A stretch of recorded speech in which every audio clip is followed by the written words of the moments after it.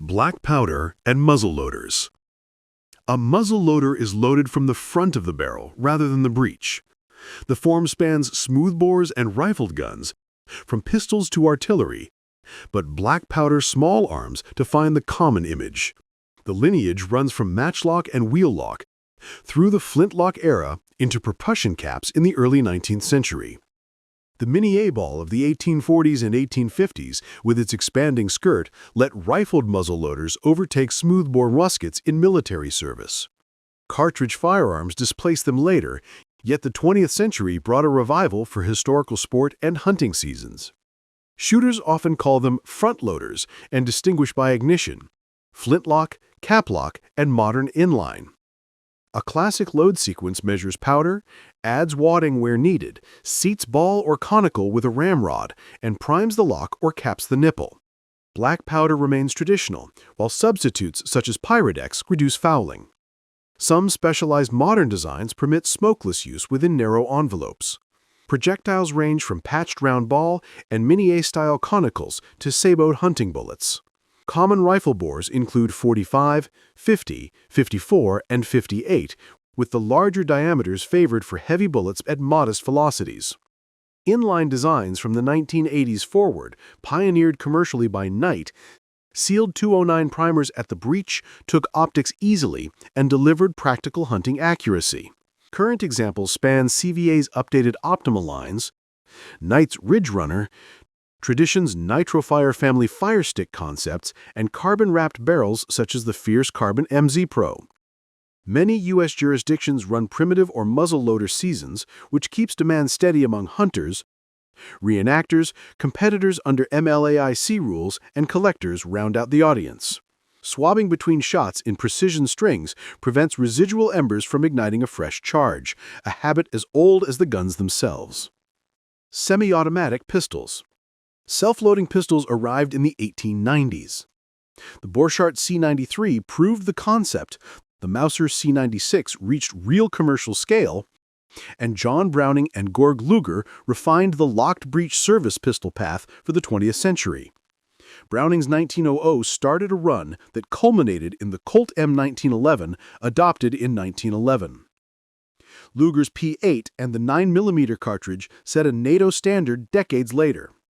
After the Second World War, militaries converged on 9mm lock breech designs, and by the 1980s, polymer-frame striker-fired pistols such as Glock defined police and military procurement. Mechanically, they use simple blowback for low-pressure rounds and short recoil locking for service pressures.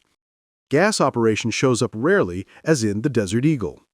Triggers span single-action, double-action single-action, double-action only, and modern preset striker systems. Magazines are removable and typically sit in the grip.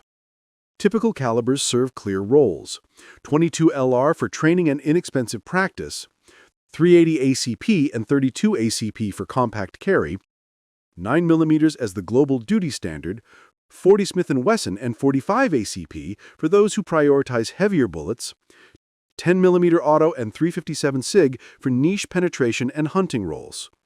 Walther's P38 introduced mass-issue DASA carry practices, and the 1911's locked breech geometry underpins most modern service pistols.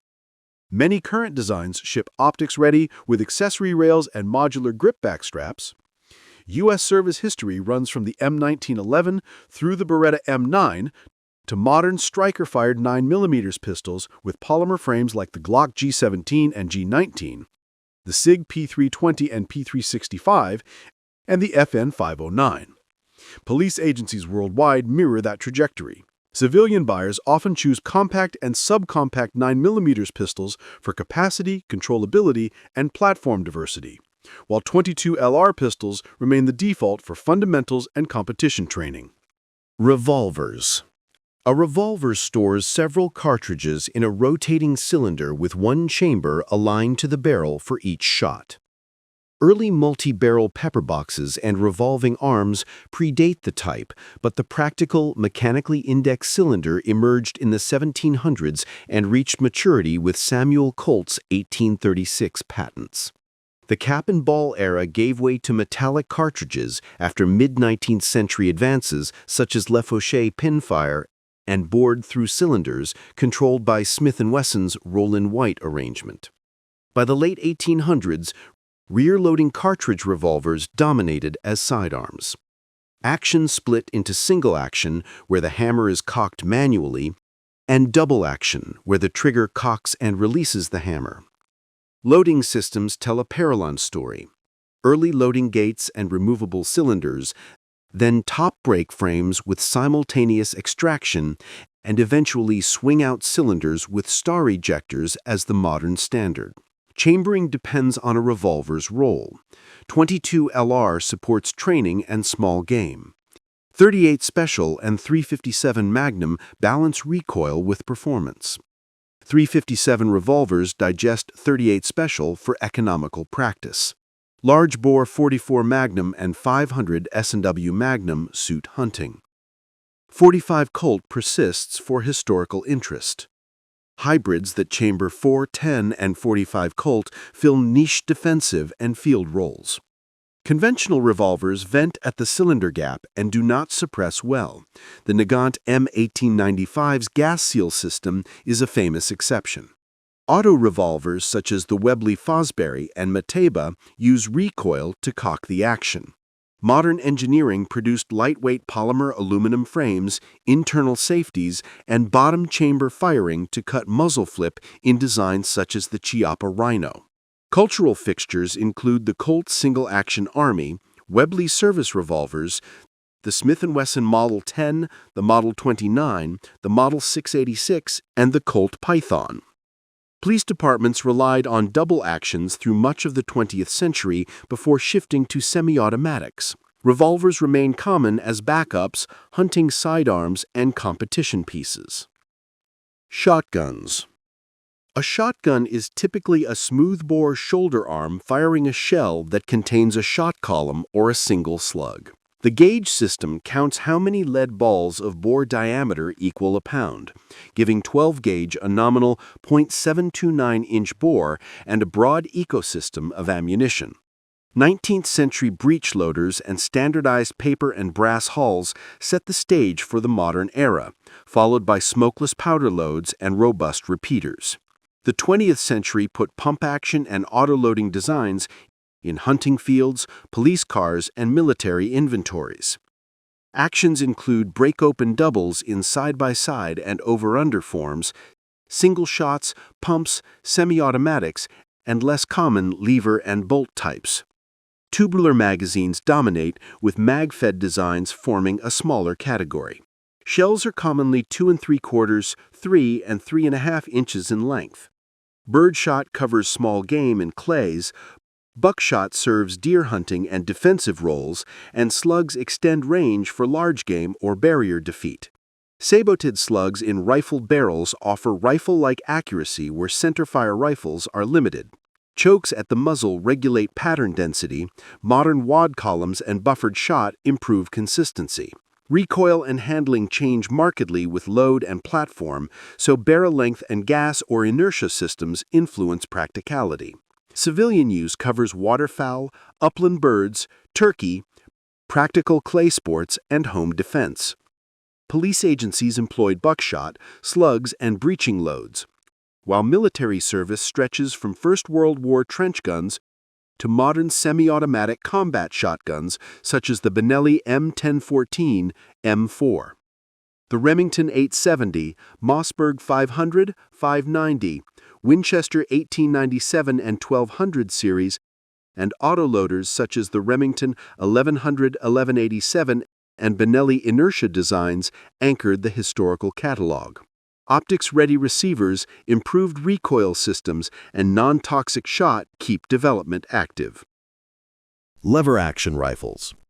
A lever connects a hand-operated lever to internal linkages that unlock and run the bolt, extract and eject the spent case, feed the next cartridge, and cock the firing mechanism.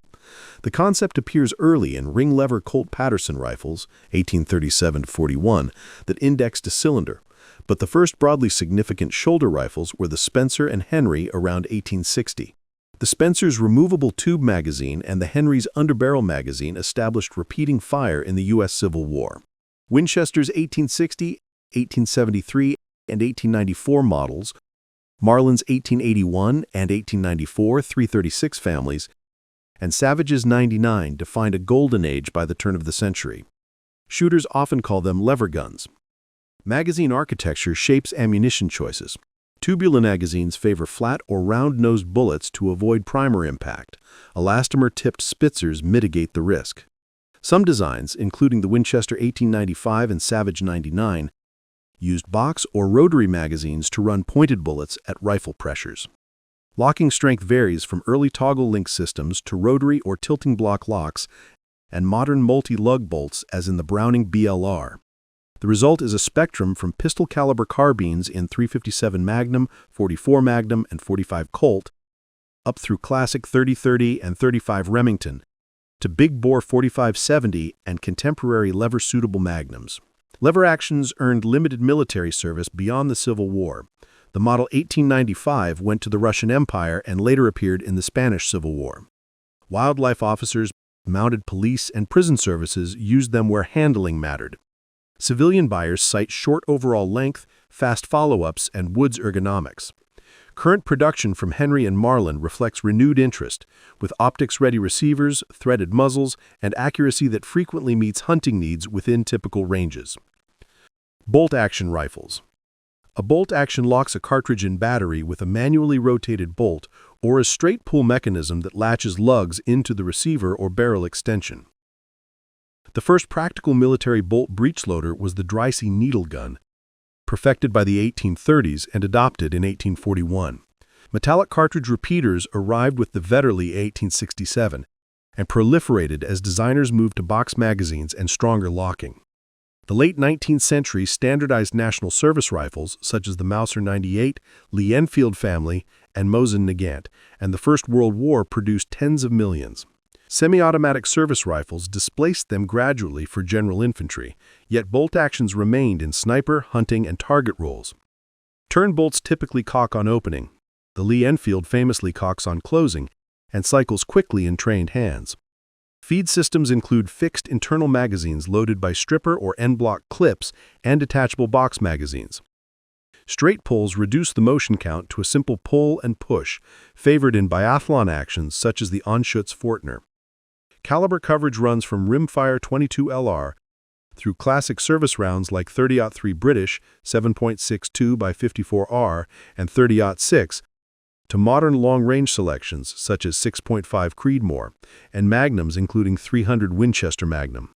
Bolt-action anti-material rifles extend the concept to 50 BMG. Accuracy stems from rigid lockup, consistent bedding, and crisp triggers. The Remington 700's geometry and aftermarket support made it a default basis for police and military sniper systems, including the U.S. Army's M24 and the U.S. Marine Corps M40 series. U.S. service history also includes the M1903 Springfield and the M1917 Enfield as primary rifles of the early 20th century. Modern hunting and PRS competition models add chassis stocks, suppressor-ready muzzles, and detachable magazines, supporting disciplines from PRS NRL to F-Class while keeping the bolt gun central in civilian hunting. Modern sporting rifles. Modern sporting rifle is the civilian label for semi-automatic rifles built on the Stoner lineage. Eugene Stoner's AR-10 arrived in the 1950s in 7.62 by 51, and the downsized AR-15 in 5.56 by 45 followed. Armalite sold rights to Colt in 1959, leading to U.S. military adoption of the M16 in the 1960s and the later M4 carbine. Civilian semi-automatic AR-15s entered the market in the same era. The platform's defining trait is modularity, with uppers, barrels, triggers, and stocks swapped to suit tasks. A common misconception is AR stands for assault rifle, which makes ARs a weapon of war. In reality, AR stands for Armalite rifle. Civilian AR pattern rifles are semi-automatic only and thus do not qualify as assault rifles. Military rifles, such as the ST-44, AK-47, M16, and M4, are select fire weapons built around the storm the front or frontal assault doctrine that gave Sturmgewehr its name. The civilian ecosystem supports calibers from .22 LR to .4050 Bushmaster and 50 class big bores. The most common are .223 Remington, 5.56 NATO for varminting, competition, and defense, 300 AAC Blackout for suppressed short barrel work with both supersonic and subsonic loads, 6.5 and 6.8 class cartridges for improved external ballistics, and 308 class AR-10s for hunting and precision. Pistol caliber carbines. A pistol caliber carbine fires handgun cartridges from a shoulder-fired platform. The idea traces to submachine guns and police carbines, but current PCCs are overwhelmingly semi-automatic commercial designs. The category includes purpose-built guns such as the Ruger PC Carbine and SIG MPX, AR pattern 9mm builds with dedicated bolts and magazines, and folding or takedown designs such as the Kel-Tec Sub 2000. The longer barrel and shoulder stock increase stability and hit probability with the same cartridge compared to a pistol. Most modern PCCs fire from a closed bolt for better triggers and accuracy. Blowback operation is common. Various delayed systems manage recoil in compact packages. Magazine commonality is a central selling point, and many models accept Glock, SIG, or Ruger pistol magazines. Formats split among rifle-length barrels with shoulder stocks, pistol-classified variants with braces, and short-barreled rifles where regulation allows. The dominant caliber is 9mm because of availability, capacity, and controllability. 10mm auto appears in specialized roles. .22 LR offers ultra-low-cost training. Police agencies adopt PCCs selectively for close quarters and vehicle work when over-penetration concerns and controllability weigh heavily. Many models ship optics-ready and suppressor-capable. Folding and takedown patterns make storage and transport easy. The result is a bridge between pistol familiarity and carbine practicality that shares magazines and ammunition across a user's kit. Submachine guns and PDWs. A submachine gun is a compact, select-fire shoulder weapon that uses pistol ammunition. The term emerged around the First World War and crystallized with the MP-18 of 1918, fielded by German stormtroops for trench raids. Interwar designs evolved into a wide range, from the finely finished German MP-34 to the American Thompson. Wartime demands in the 1940s pushed simplification and mass production. Germany's MP-40 employed stamped parts and a practical folding stock. Britain's Sten achieved extreme economy, and the Soviet PPSH-41 and PPS-43 made 7.62 by 25 caliber firepower available at scale. Finland's Suomi and Australia's Oman built reputations for reliability in harsh conditions. Cold War refinement brought the Sterling in the United Kingdom, the Carl Gustaf M45 Swedish K, and Israel's Uzi with its telescopic bolt and magazine in-grip layout. The H&K MP5 introduced closed-bolt roller-delayed accuracy in 9mm and became a precision benchmark among police and special operations units. Later polymer and alloy designs, such as the H&K UMP, emphasized lighter weight and modular trigger packs. The Chris Vector pursued inline recoil mitigation for 45 ACP and other pistol rounds. Russia's Vityaz, built on an AK-derived pattern, consolidated 9mm submachine guns across military and police service. Personal defense weapons form a related category optimized for compactness, armor penetration, and controllability.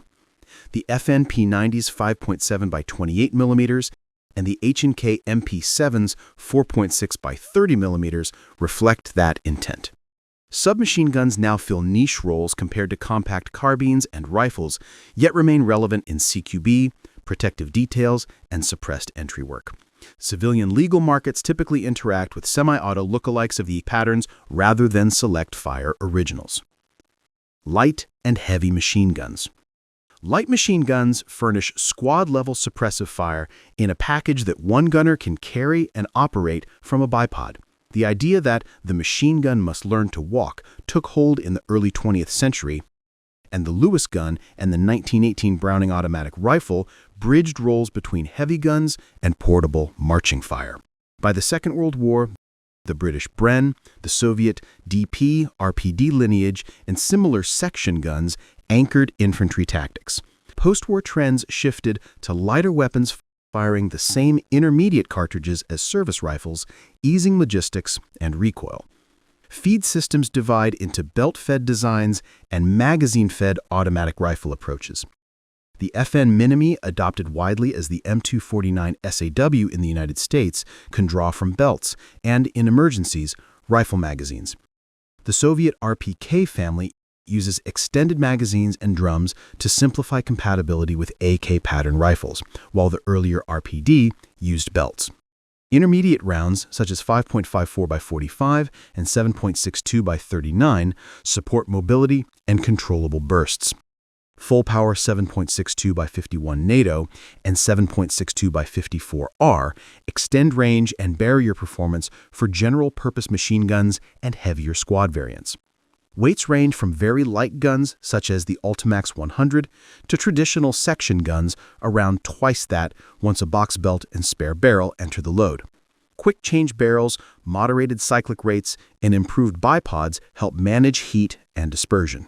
Notable systems include the Bren's accuracy under box magazine feed, the Bar's long service life as an automatic rifle, the Minimi and M249's belt logistics at fireteam level, Israel's Negev in 5.54 and 7.62 forms, and modular families such as the Stoner 63 that reconfigured from rifle to LMG.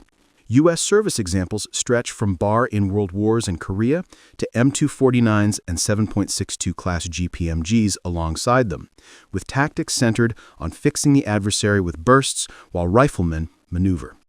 If you like this video, give it a thumbs up, pass it along to fellow firearms enthusiasts, and subscribe for more content of this kind. Thanks for watching.